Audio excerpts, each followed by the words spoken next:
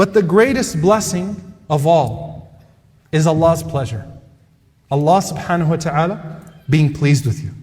You know, Imam al-Shafi'i rahimahullah ta'ala, he said, and I want a show of heads here. How many of you were born Muslim? How many of you?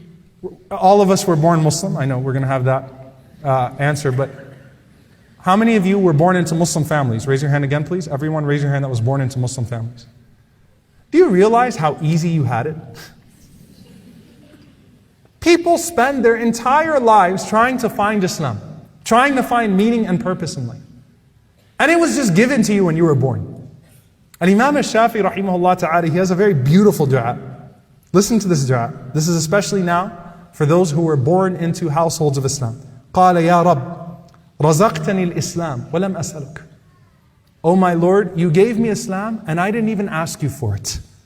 فارزقني الجنة وأنا أسألك. So give me Jannah and I'm asking you for it. Meaning you were merciful enough to give me Islam without me even having to ask you for it.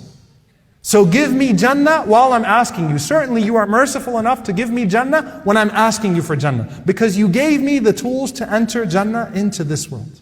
So Yusuf alayhi salam says, فَاطِرَ السَّمَاوَاتِ وَالْأَرْضِ.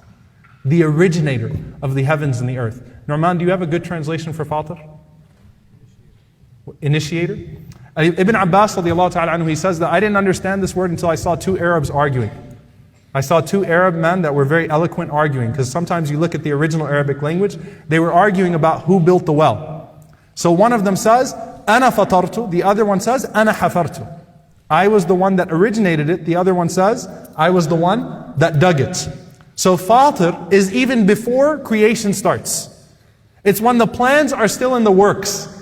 Yusuf alayhi salam recognizes Allah subhanahu wa ta'ala doesn't just create in wisdom, but even the planning before the creation is in divine wisdom. And he's acknowledging that trust in Allah subhanahu wa ta'ala. That this entire time, as these plans were made up for my roller coaster of a life, you knew what you were doing. فَاطِرَ السَّمَاوَاتِ وَالْأَرْضِ. You knew what you were doing with the creation of the heavens and the earth, and that is far greater than my creation. أَنْتَ وَلِيِّي فِي الدُّنْيَا وَالْآخِرَةِ. I love this. He says, you are my guardian in this life and the next. What's Yusuf alayhi salam saying? Look, everyone else at one point in my life was taken away from me. My family was taken away from me. My friends were taken away from me. Everything was taken away from me. But you were always there. You were always there. The Prophet ﷺ, he had to live this the most difficult fashion. He was born and his dad was already dead. Then his mom died when he was 6. Then his grandfather who was taking care of him died when he was 8. Then his uncle died. Then the Prophet ﷺ gets married and his first 2 children die. And then the Prophet ﷺ's uncle who's taking care of him, he dies as well. And then the Prophet ﷺ's wife, who was the last person he had, dies 3 days after that. And then the Prophet ﷺ's other children from that woman, they die as well. Everyone's taken away from him. Everyone. Why? So that Allah subhanahu wa ta'ala could teach him to be dependent emotionally, physically, spiritually, and mentally only on Allah subhanahu wa ta'ala. Because if your heart is tied to anyone else, that person might be taken away from you one day. May Allah protect our families. And may Allah protect our beloved ones. But it's a reality that we could lose them one day. But Allah subhanahu wa ta'ala is always there. You know something, I'm going to share with you something deeply personal.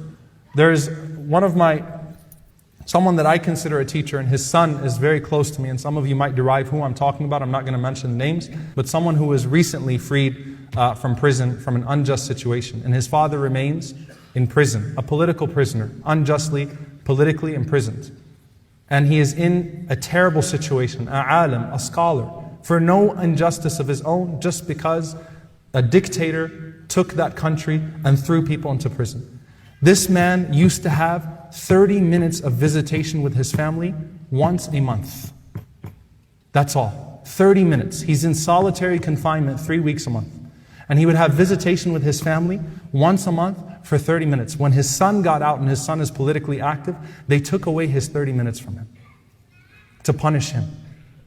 And he wrote a letter to his family, and he said that every month when that appointed time comes, that 30 minutes, he said, instead of going to the place where I used to meet your mom, he said, I read Surah Yusuf.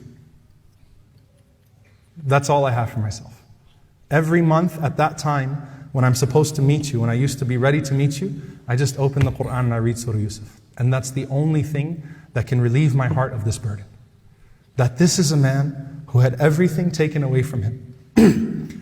And all he asked Allah for, أَنْتَ وَلِيِّي فِي الدُّنْيَا وَالْآخِرَةِ. You are my wali, you are my guardian in this world and the next. تَوَفَّنِي مُسْلِمًا وَالْحِقْنِي بِالصَّالِحِينَ. Let me die as a Muslim.